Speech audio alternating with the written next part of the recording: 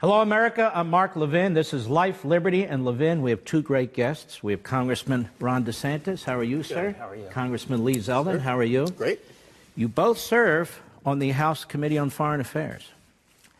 And I wanted you here to discuss North Korea and some of the other major events that are taking place in the world today. But I also want America to know a little bit about you. Ron DeSantis, you're running for governor of Florida in the Republican primary. You have been serving wonderfully in the U.S. House of Representatives for some period of time.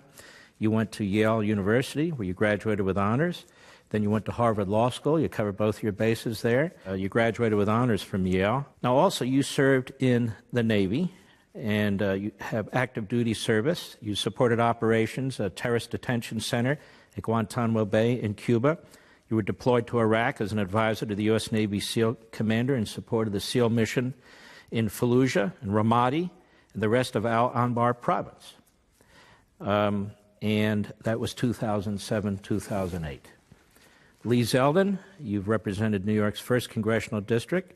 You were a member of the State Senate in New York before you became a congressman. You graduated from State University in New York at Albany, SUNY as we like to call it. Or Harvard on the Hudson. Harvard on the Hudson, as you like to call it.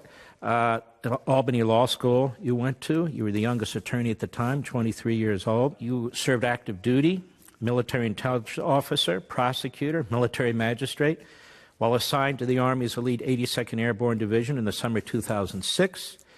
You were also deployed to Iraq with an infantry battalion, fellow paratroopers in support of Operation Iraqi Freedom. You are exactly the two men I want to talk to tonight. And let's start with you, Congressman DeSantis. North Korea. The president's about to have a summit in North Korea. He has moved considerable military assets off the peninsula of Korea, several ships, submarines, and has put enormous pressure on Korea, as well as economic pressure. How do you think he's doing so far with respect to North Korea? I think it's been great. I mean, it kind of reminds me of when Reagan came in. You know, we had the Cold War, but throughout the 70s, it was détente. All the smart people in Washington, like, oh, communism's here to stay. And Reagan's like, no, we win, they lose. That's my policy. So he started the buildup. He upped the rhetoric. He was deploying missiles into Europe with some of our allies.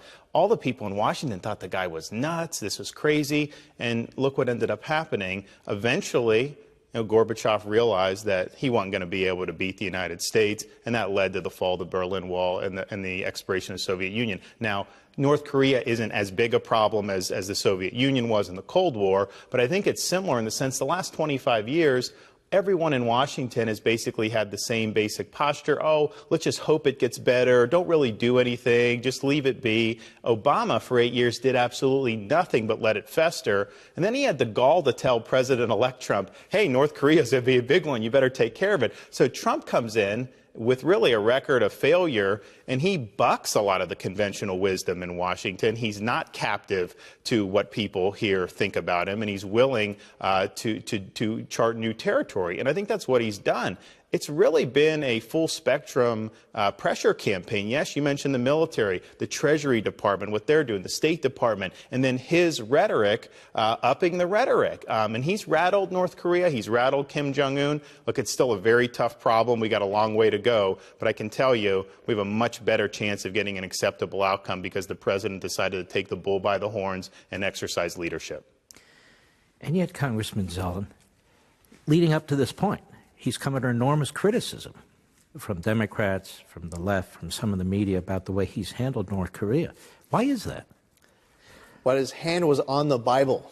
The streets of Washington, D.C. were lined up with people holding up signs that said, impeach him now. We have colleagues in Congress, people all across America who have pledged to oppose this president on everything and anything. They say you cannot work with the president because if you work with him, you're legitimizing his presidency. They're really delegitimizing themselves, and they're disrespecting the oath that they took to represent their constituents and their country in doing so. And if they reflect on some of what they've said, there are people who, I mean, you see Nancy Pelosi, when she was making her remarks after President Trump said that the summit was off, and she was celebrating it and mocking it as if this was a good thing for Kim Jong-un. So the president has opposition where he can do no right by. But fortunately, the American people are standing with him, and we want him to be successful. And that includes, by the way, there are people who didn't vote for Donald Trump who want him to be successful in North Korea, and they're actually rooting for him. They want us to support him. And I really do hope that we are able to see peace on the Korean Peninsula, that we are able to see a denuclearized North Korea. Kim Jong-un, who's known to be homicidal, not suicidal, I think has realized that Donald Trump is, when Donald Trump tweeted out and said fire and fury, the fact is, if North Korea attacked the United States, they would be met with fire and fury, and the military option became real, and that's why a whole lot of other things became real as well. Now, as for Kim Jong-un, do we know much about him? You fellows sit on this very, very important committee. Do members of Congress know much about him? North Korea is, you could say, the toughest country on the globe to collect intel on. Kim Jong-un is one that, as I mentioned, he has proven to be homicidal, but he wants to stay in power. He wants to stay alive. So that's certainly something that is, I think, important to leverage in understanding that we can achieve our results by utilizing that and letting him know that maybe taking out his regime is a possibility if he doesn't not only stop the bad behavior, but also engage in the denuclearization to that next level.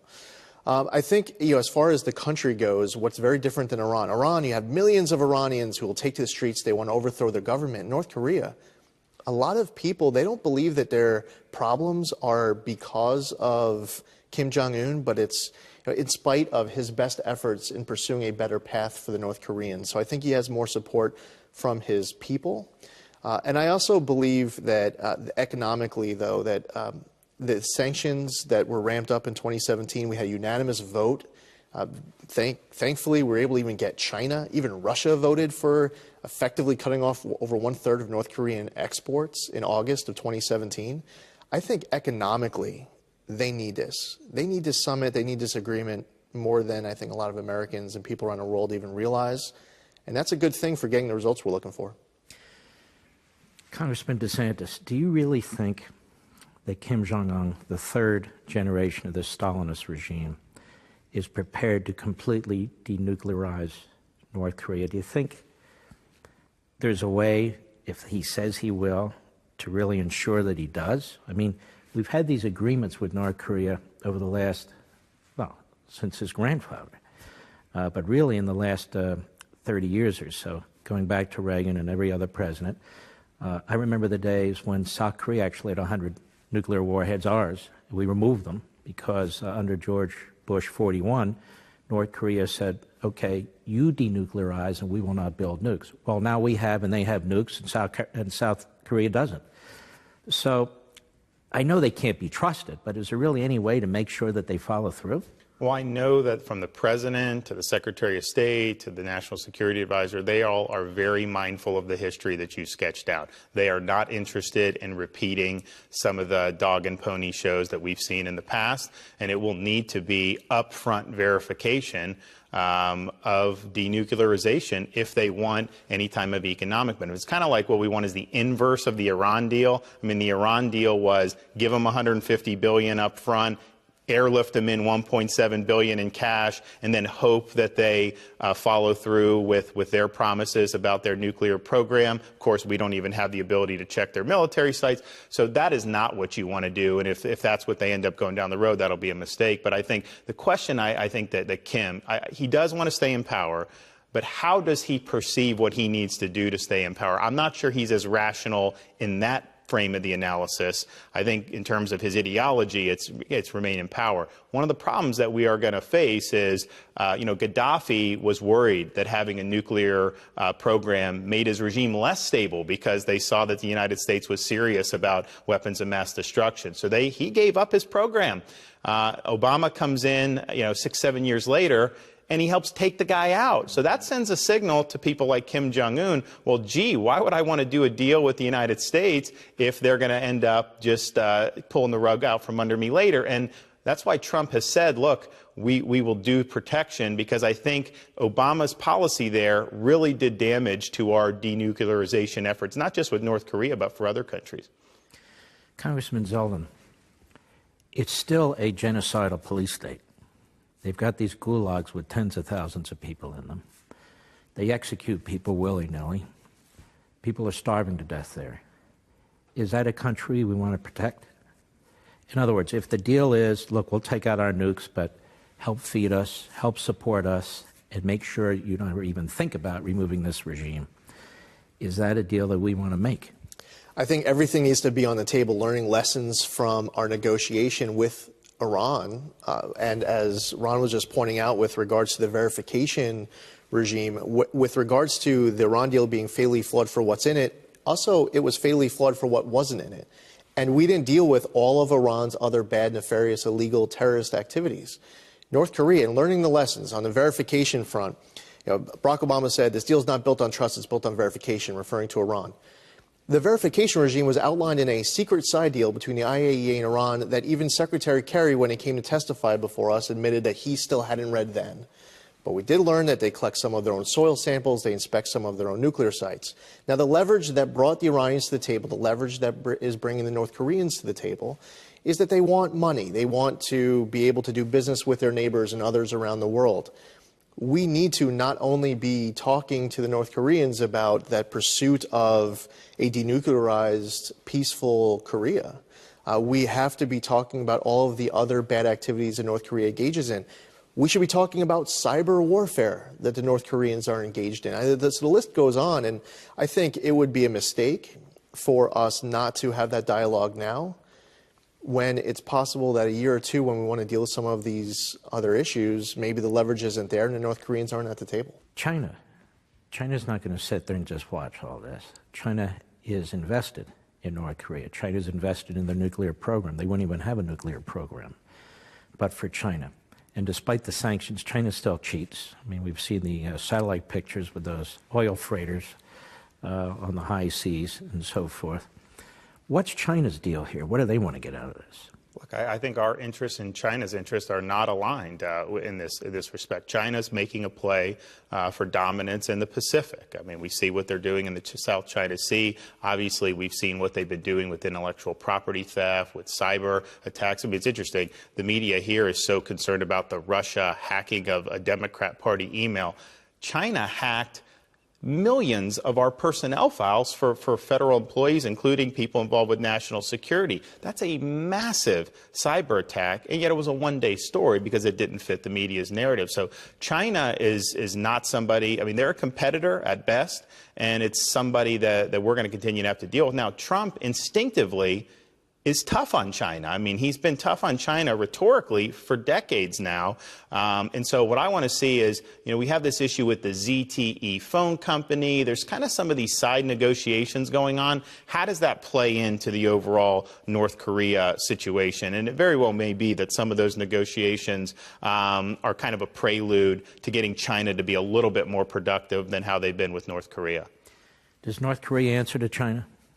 I think so. I can't think of any option that deals with the North Korean issue that doesn't involve China. If we came up with our top 14 different ways, different plans of how to tackle this issue in North Korea, it involves China.